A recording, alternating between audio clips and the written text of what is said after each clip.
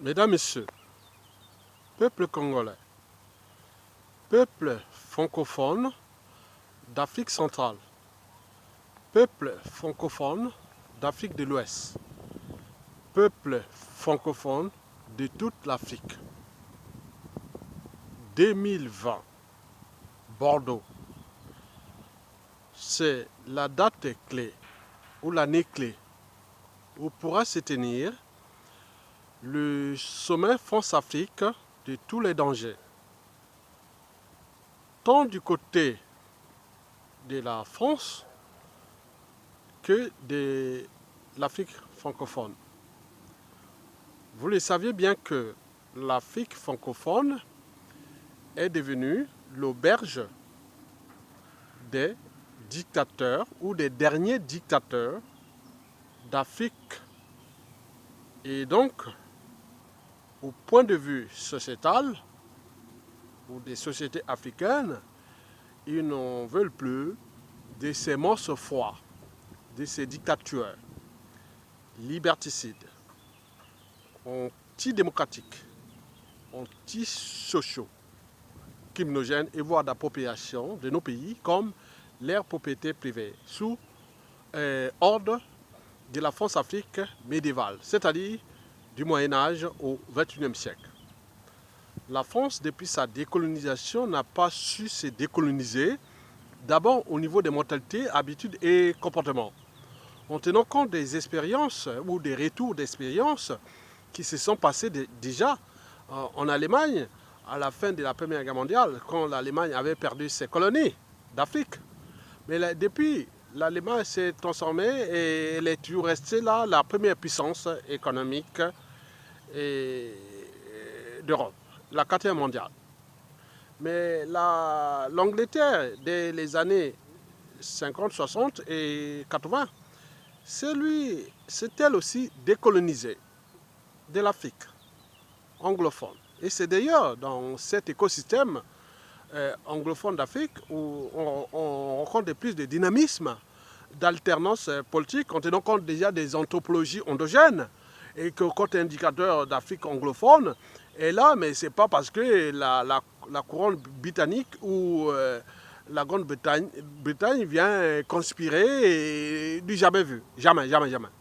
Depuis 1980 à nos jours. Donc les dictateurs qui sont en Afrique anglophone, c'est tout justement cette anthropologie politique et sociale propre à l'Afrique. Mais l'Angleterre est toujours là, au niveau économique. Et le mentalité, habitude et comportement anglo-saxons ne sont pas pareils comme ceux de la France-Afrique ou de l'Afrique francophone ou même de la France. Et donc, hormis l'Allemagne et la Grande-Bretagne, nous avions aussi le Portugal.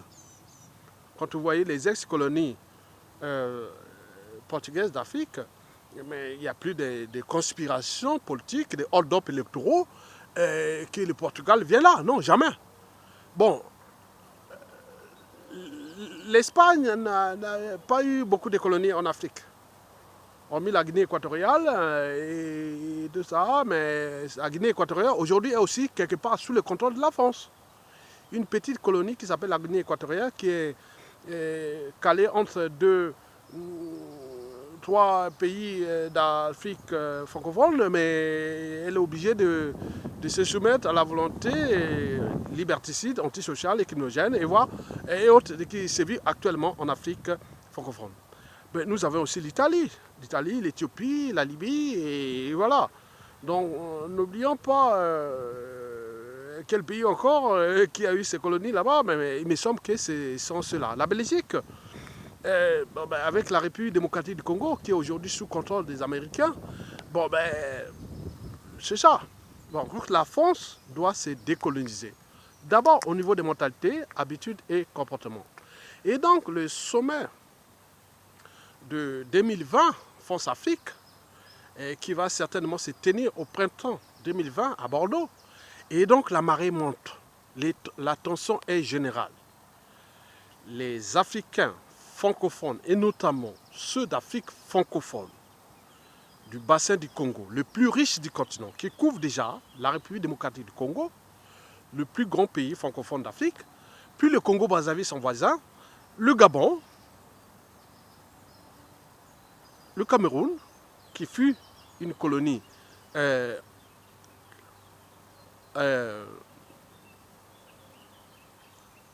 allemande et qui s'était partagée entre la France et la Grande-Bretagne. Mais il y a des mouvements sécessionnistes dans l'ouest du Cameroun, et en tenant compte que nous voulons s'affranchir de cet écosystème francophone qui est dangereux pour les libertés, les dignités et le but de la condition humaine à cette échelle. Bon, donc il y a des tensions au Cameroun, et n'oublions pas que la Centrafrique aujourd'hui est sous contrôle militaire de la Russie.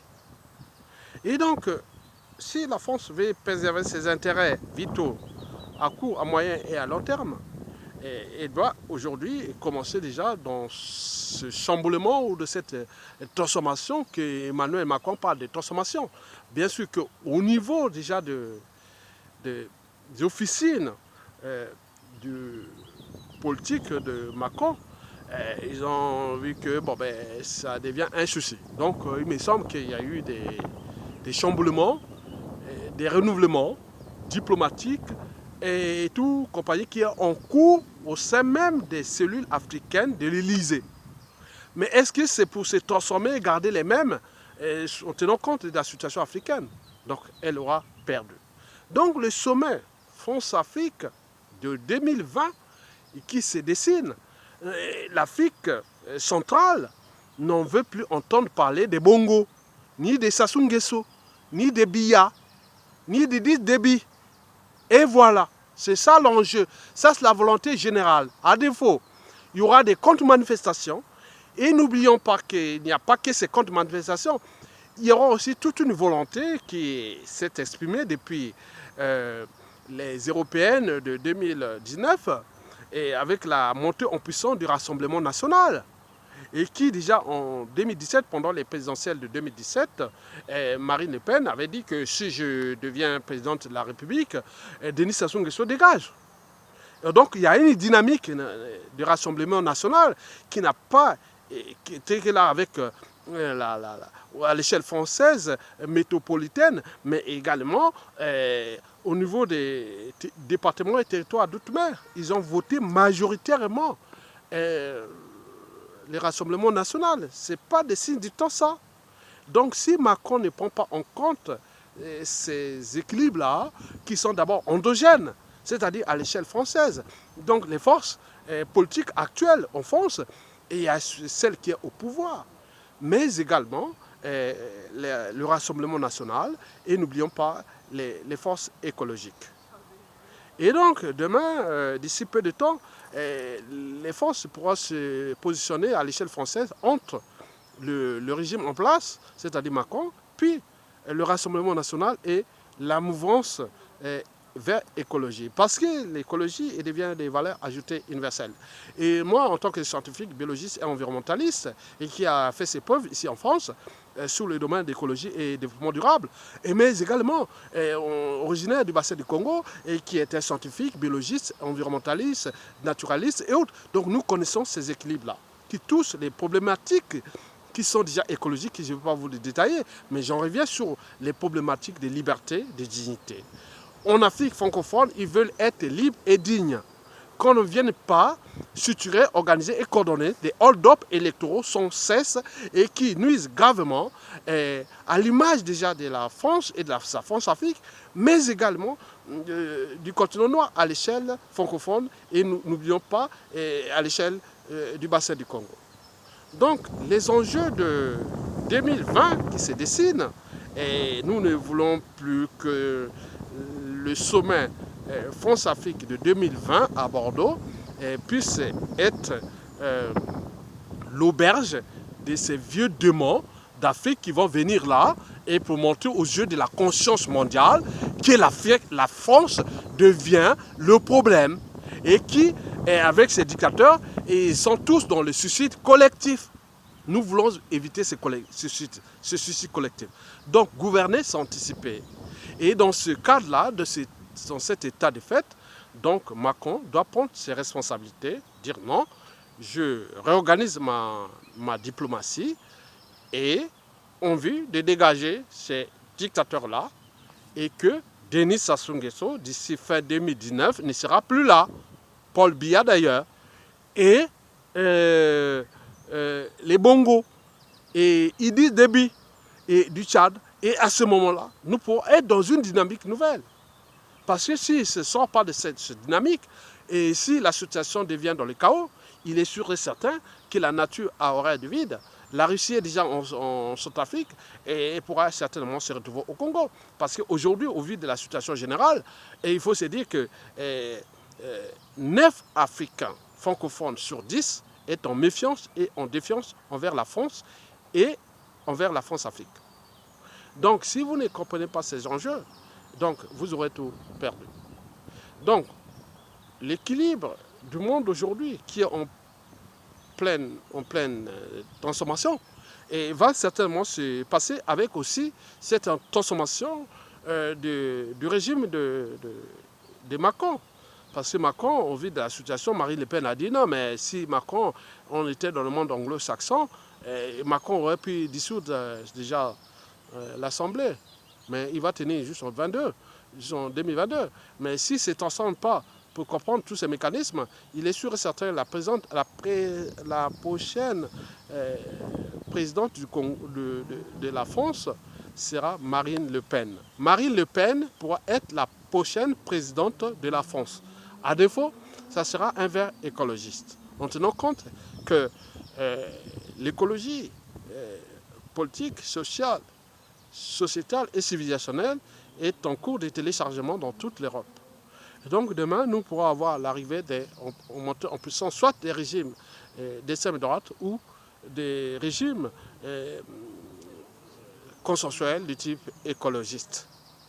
Et donc, vous devez comprendre ça et tenir compte de cette vidéo et pour la partager parce que nous nous préparons individuellement et collectivement à l'échelle de la francophonie. Et pour que ce sommet, s'il se passe dans les conditions comme dans l'ancien système, comme depuis De Gaulle, Pompidou, Giscard, Mitterrand, Chirac, Sarkozy, Hollande, et comme dans l'ancien monde, quoi. Mais il est sûr et certain que là-bas, en Afrique, ils ont tout perdu. Ils ont tout là-bas. Ils veulent être libres et dignes.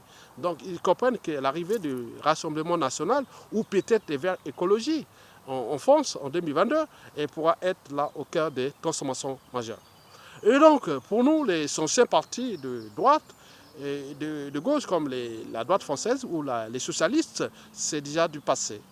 Parce qu'ils ont structuré, organisé depuis plus de 50 ans cette 5e République qui est déjà obsolète, une coquille vide et qui survit parce qu'il y a toujours ces graines-là qui ont été semées et qui viennent semer les zizanies et comme si rien n'a changé. Mais le monde a changé et va changer tout au long de ce 21e siècle.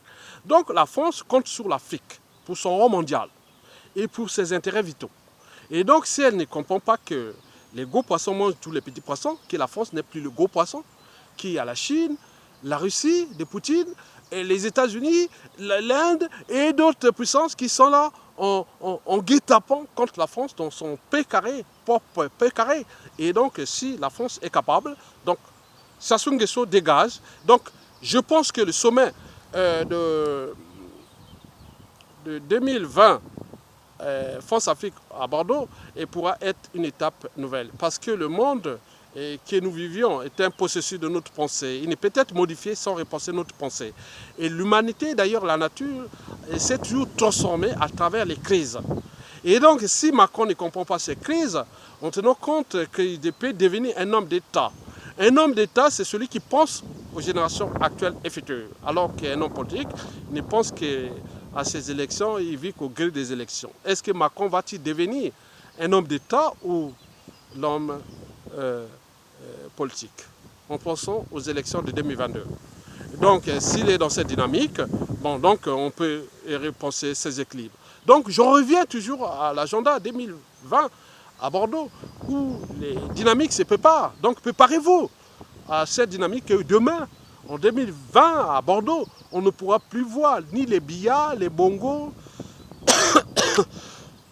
excusez-moi, avec les pollens et tout ça. Bon. Donc on ne pourra plus voir les billards, les bongos, les débits et autres. Donc il faut les éjecter tout de suite. Libérer les prisonniers politiques, construire des transitions que nous pourrons nous retrouver en 2020 avec des présidents de transition et qui, au cœur de ces enjeux majeurs, nous pourrons travailler des accords stratégiques, géopolitiques stratégiques entre la France et ses ex-colonies. Parce que le monde de demain, c'est le monde des blocs francophones et lusophones, rusophones, anglo-saxons et chinois et autres. C'est bloc contre bloc. Les blocs sont d'abord économiques, puis linguistiques, culturels, et tout ce que vous pouvez comprendre. Donc, si vous écoutez cette vidéo, donc je l'ai envoyée à Macron, partagez. Et donc, nous aurons d'autres